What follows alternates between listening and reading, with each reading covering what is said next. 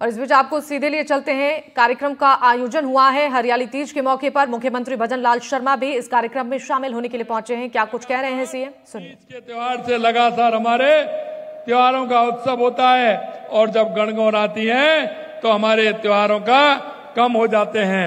इसलिए मैं आपसे कहना चाहता हूं, ये पर्व माता पार्वती और भगवान शिव को भी समर्पित है। आप देखते हैं सावन का महीना है, भगवान शिव की हम आराधना करते हैं, हम जल चढ़ाते हैं। हमारी माता बहनें पूरे सावन के महीने में व्रत भी रखती हैं, भगवान शिव की आराधना और उपासना से जुड़ा हुआ है। और हम भोलेनाथ के जयकारों से और हम कावड़ लेकर के आते हैं और भोलेनाथ पर चढ़ाते हैं। ये हमारी संस्कृति है और ये हमारा उत्सव का समय होता है। और इसी समय पर ये हमारा वन महोत्सव होता है। बाबा भोलेनाथ हमारे प्रदेश पर, देश पर अपनी कृपा बरसाए हुए हैं। आप देख रहे हैं कि पिछली साल भी अच्छी बारिश हुई थी, राजस्थान के हमारे सभी बांध भर गए थे। और इस बार भी आप देख रहे हैं, क्योंकि यह जुलाई का महीना है, अभी अगस्त और सितंबर बाकी है, लेकिन जुलाई के महीने में आधे से ज्यादा हमारे बांध भर चुके हैं। और आप देख रहे हैं लगातार बारिश हो रही है, इंद्र भगवान की कृपा हो रही है, भोलेनाथ की कृपा हो रही है, बंसी वाले की कृपा हो रही है। आप देख रहे हैं कि बीसलपुर बांध हमारा जुलाई के महीने में पहली बार लगातार दूसरी साल खुला है। ये हमारे लिए शुभ संकेत है। यही नहीं, नवरेरा बांध के अभी गेट खोलने का काम किया। ईसरदा बांध हमारा पूरी तरह से भर गया, जो हमारी ईआरसीपी के प्रोजेक्ट में आता है। इसलिए मैं मेरे भाइयों को कहना चाहता हूं, यह सीजन पौधे लगाने का सीजन है। आप सभी से मैं अनुरोध करता हूं, और विशेषकर मैं मेरे उन छात्रों को, आने वाली उस युवा पीढ़ी को भी अनुरोध करना चाहता हूं कि पर्यावरण हमारे स्वास्थ्य के लिए बहुत आवश्यक है। पर्यावरण हमारे प्रदेश के लिए, हमारे देश के लिए बहुत आवश्यक है। हम पर्यावरण को सुधारने का काम करेंगे। मैं देखता हूं कि जब हम गाड़ी लेकर के घर से निकलते हैं तो हम प्रदूषण करते हैं, लेकिन जब हम वृक्ष लगाते हैं तो उसका बहुत बड़ा महत्व है, क्योंकि वृक्ष हमारे लिए ऑक्सीजन देता है, हमारे पर्यावरण को ठीक करने का काम करता है। विशेषकर आपने देखा होगा कि जो पीपल का वृक्ष है, अगर वो लगाते हैं तो वो हजारों सालों की नींव रखता है। पीपल और बर्ड ऐसे हमारे वृक्ष हैं और वो ऑक्सीजन देने का काम करते हैं और हमारे पर्यावरण को सुधारते हैं। मित्रों, हमारे देश के यशस्वी प्रधानमंत्री नरेंद्र मोदी जी ने एक पेड़ मां के नाम अभियान लिया है। उसको प्रेरणा लेते हुए हमने हमारा राजस्थान हरा भरा राजस्थान बनाना है। हमारा ऐसा राजस्थान बनाना है कि हमारा पर्यावरण ठीक होगा तो इंद्र भगवान की भी कृपा होगी, बारिश अच्छी होगी। बारिश अच्छी होगी तो हमारी फसल भी अच्छी होगी, हमारा किसान भी खुशहाल होगा, हमारा मजदूर भी खुशहाल होगा और हमारा राजस्थान भी खुशहाल होगा। इसलिए मैं आप सभी से कहना चाहता हूं, एक पेड़ मां के नाम अवश्य लगाएं। और वो एक पेड़ ही नहीं, जहां आप जाएं वहां मां के नाम से पेड़ लगाएं, क्योंकि हमको जब जाएंगे तो हमारी मां की ममता और हमारी मां की याद आएगी। और मां की उस पेड़ की छाया में जब पशु पक्षी बैठेंगे, जब जन उसका आनंद लेगा, तो आपके मन में भी यह बात आएगी कि मेरी माता के नाम से लगे हुए पौधे पर कितने पशु पक्षी, कितने को उसका फायदा हो रहा है और पर्यावरण में हम सहायक हो रहे हैं। मित्रों, मैं यही कहना चाहता हूं कि आज हम जो अभियान हमने लिया है 10 करोड़ पौधे लगाने का, निश्चित रूप से उसको हम पूरा करें और हम एक पेड़ मां के नाम अवश्य लगाएं। आप देखते हैं प्रधानमंत्री नरेंद्र मोदी जी के नेतृत्व में 1 दशक में वन महोत्सव के विशेष काम हुए हैं। और ये आते ही माननीय प्रधानमंत्री जी ने जो अभियान लिए हैं, चाहे वो स्वच्छता का अभियान हो, चाहे वो पर्यावरण को अभियान हो, एक पेड़ मां के नाम लगाने का, चाहे वो बेटी बचाओ बेटी पढ़ाओ का अभियान हो, ये अभियान ऐसे हैं जो सामाजिक सरोकार के कार्य हैं, जो समाज में उत्साह सृजन करने का काम ये अभियान करते हैं। मैं आपको कहूंगा, एक पेड़ मां के नाम नगर वन योजना, CAMPA fund, green India mission, राष्ट्रीय वन रोपण कार्यक्रम जैसे अन्य कई पहल इसमें ली गई हैं। प्रधानमंत्री जी ने अपनी हरित पहलों के माध्यम से क्लाइमेट चेंज और ग्लोबल वार्मिंग के खिलाफ लड़ाई भारत को अगुवा बनाने का काम किया है, जिससे हमारा क्लाइमेट ठीक प्रकार से हो, हमारा पर्यावरण ठीक प्रकार से हो। भारत ने फ्रांस के साथ इंटरनेशनल सोलर अलायंस बनाकर एक सूर्य, एक दुनिया, एक ग्रिड, एक परियोजना की शुरुआत की है। बहुत सारे देश आज इस अलायंस के सदस्य बनकर उसमें सहयोग कर रहे हैं। ये देश के यशस्वी प्रधानमंत्री नरेंद्र मोदी जी की बहुत बड़ी पहल है। ये हमारे जीवन शैली, हमारी लाइफ को कितना सुरक्षित बनाता है, आने वाली पीढ़ी को कितना सुरक्षित बनाता है। इसलिए मैंने कहा है कि पर्यावरण के नाम से हमारे आने वाले विद्यार्थियों के चैप्टर में, किताब में पर्यावरण के महत्व को लेकर के कई उसमें ऐसी विषय वस्तु आनी चाहिए जिससे हमारे आने वाली पीढ़ी इस पर्यावरण को देख करके ठीक प्रकार से काम कर सके। मैं आपको इतना कहना चाहता हूं कि चैंपियन ऑफ अर्थ पुरस्कार से भी सम्मानित किया गया है। प्रधानमंत्री जी ने जलवायु परिवर्तन निपटने के लिए पंचामृत की सौगात भी दी है। और मैं आपसे कहना चाहता हूं 2030 तक 500 गीगावाट अक्षय ऊर्जा उत्पादन, ऊर्जा की आधी जरूरत अक्षय ऊर्जा से पूरा करने का लक्ष्य भी हमने रखा है। मैं अंत में आपसे इतना कहना चाहता हूं, आज हम जगत गुरु रामानुजाचार्य राजस्थान संस्कृत विश्वविद्यालय परिसर में वन महोत्सव का शुभारंभ किया।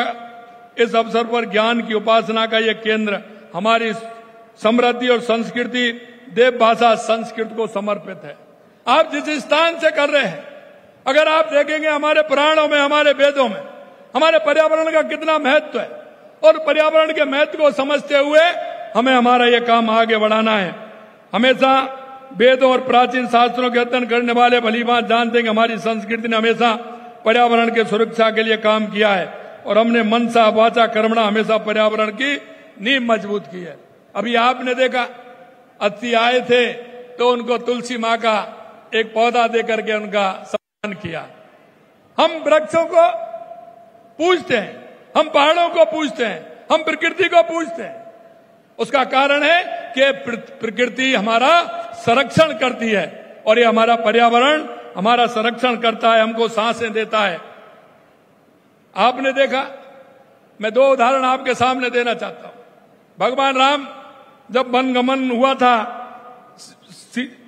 श्री राम भगवान, सीता माता, लक्ष्मण जी गए थे, 14 वर्ष वन में काटे थे।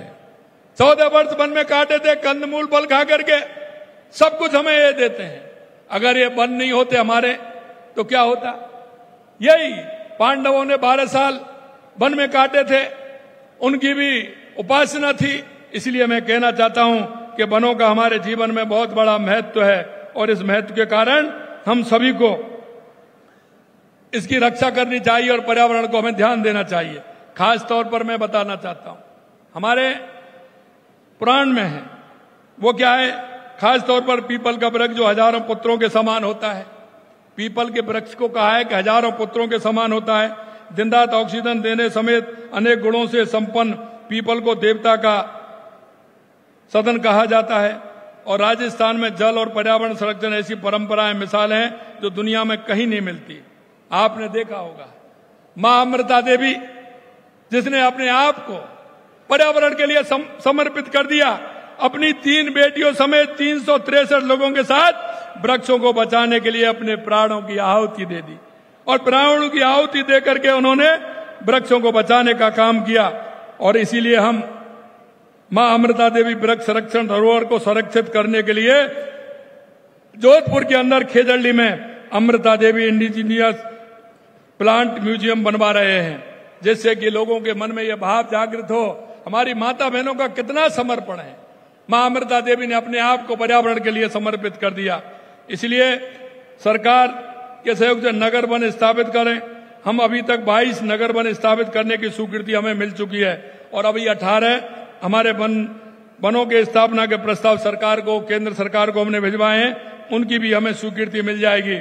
हम एक जिला एक प्रजाति, हमने ये भी कहा है कि हमारे पंचगौरव जिले के लिए हमने एक प्रजाति को प्रमुख रखा है, जिससे हमारे पर्यावरण को उसमें भी आगे आने का काम हम करेंगे। मैं इतना ही कहना चाहता हूं मेरे भाइयों, हम स्थानीय व्यक्ति को वन मित्र भी बना रहे हैं, और वन मित्र बनाने वाले वो लोग होंगे जो वन मित्र वो होंगे जो पर्यावरण के लिए सहयोग करेंगे। उनको हम सम्मान करने का भी काम करेंगे। 250 करोड़ रुपए की हरित अरावली विकास परियोजना भी चल रही है। 19 अरावली जिलों में इस मानसून में 3700 हेक्टेयर क्षेत्र में अग्रिम मृदा कार्य करवाकर अगले वित्त वर्ष में वृक्षारोपण करेंगे। हरित राजस्थान बनाने के संकल्प में पहली बार प्रदेश में ग्रीन बजट भी हमने किया है। और मैं कहना चाहता हूं, कर्म भूमि से मातृभूमि में भी हमारा काम हो रहा है, जिससे कि हमारा पानी का संचय होगा तो हमारा वृक्ष अपने आप लगेगा। मित्रों, मैं इतना ही कहना चाहता हूं, वंदे गंगा जल संरक्षण अभियान हमने लिया था। आपके माध्यम से मैं राजस्थान की सभी जन को बहुत बहुत धन्यवाद देना चाहता हूं कि उनके सहयोग से राजस्थान में वंदे गंगा जल संरक्षण अभियान चला। और आज जब हम उस पोखर की, तालाब की, सरोवर की पाल पर जब हम खड़े होते हैं और पूरा पानी जब उसमें भरा होता है तो निश्चित रूप से मन प्रसन्न होता है। और उसके पास में जो हरियाली राजस्थान के तहत वृक्ष लगाए गए हैं, वो वृक्ष भी वो धीरे धीरे वो बढ़ रहे हैं। निश्चित रूप से वो पर्यावरण के क्षेत्र में बहुत बड़ा योगदान हमारा होने वाला है। अंत में मैं आपसे इतना कहना चाहता हूं कि 42,000 जल स्रोतों का काम हमने किया है वंदे गंगा जल संरक्षण अभियान में। मैं आपको इतना ही कहना चाहता हूं मेरे भाई और बहनों, कुछ दायित्व भी हमारे बनते हैं, क्योंकि कल 2 दिन से मन बड़ा व्यथित है कि आपने देखा होगा कि झालावाड़ के अंदर हमारा एक विद्यालय की दीवार गिरने से हमारे 7 छोटे बच्चे, हमारे भाई, ये घटना हुई है, वो चले गए। मैं आपसे इतना ही निवेदन करना चाहता हूं, हमने पहले ही बजट में 3 करोड़ रुपए हमारे इन विद्यालय के लिए, चिकित्सालय के लिए, आंगनबाड़ी केंद्र के लिए, सामुदाय भवन के लिए हमने 3 करोड़ रुपए हर विधानसभा को दिया है। और अभी आपने देखा हमने एमएलओ को भी पैसा दिया है, कमेटी भी इसमें हमने बनाई है। मैं आपसे भी इतना निवेदन करना चाहता हूं मेरे भाई और बहनों कि आप हमारे बगल में कहीं इस तरह की कोई बिल्डिंग हो, कोई इस तरह का कोई सरकारी हो, चाहे वो किसी व्यक्ति की हो जिसको बारिश के समय में इस तरह की परेशानी हो सकती है, आपसे इतना ही आग्रह, आपके यहाँ पटवारी रहता है, ग्राम सेवक रहता है, शहर के अंदर पार्षद हैं, हमारे कर्मचारी हैं, उनको अवगत कराएं जिससे कि बारिश के समय में इस तरह की घटनाएं नहीं हो। निश्चित रूप से ऐसी घटनाएं हमारा बहुत ही दुखांत होती हैं। हमारे वो परिवार किस तरह से कष्ट सहता है और हमारे वो बच्चे चले गए, उनके लिए मैं निश्चित रूप से यह कहना चाहता हूं कि इस तरह की घटनाएं आगे घटित नहीं हो, इसके लिए लगातार हमारी सरकार काम कर रही है। अंत में मैं इतना कहना चाहता हूं, वन महोत्सव एक उत्सव नहीं बल्कि पर्यावरण वृक्षों के संरक्षण के प्रति हमारा उत्तरदायित्व है। हमें इस जन आंदोलन का रूप एवं इस मानसून सीजन में अपनी पूजनीय मां के नाम एक पौधा अवश्य लगाएं और अपनी भागीदारी निभाएं। जहां हरियाली एवं खुशहाली है, मेरी कामना है कि हम सब प्रदेश में हरियाली फैलाने के लिए जो प्रयास कर रहे हैं, प्रदेशवासियों के जीवन में खुशहाली लेकर के आए। और अंत में इतना कहूंगा मैं आप सभी से कि मेरे भाई और बहनों, हमें सारी चीजों को देखना है। हमारा पर्यावरण का संतुलन होगा तो हमारे राजस्थान के अंदर बारिश होगी। आपने देखा लगातार हमारी 1.5 साल से हमारी सरकार पानी के लिए, बिजली के लिए, पर्यावरण के लिए हर क्षेत्र में हमारी सरकार काम कर रही है, चाहे वो युवाओं के रोजगार के लिए हो, चाहे राजस्थान के माध्यम से उद्योग लगाने के लिए हो।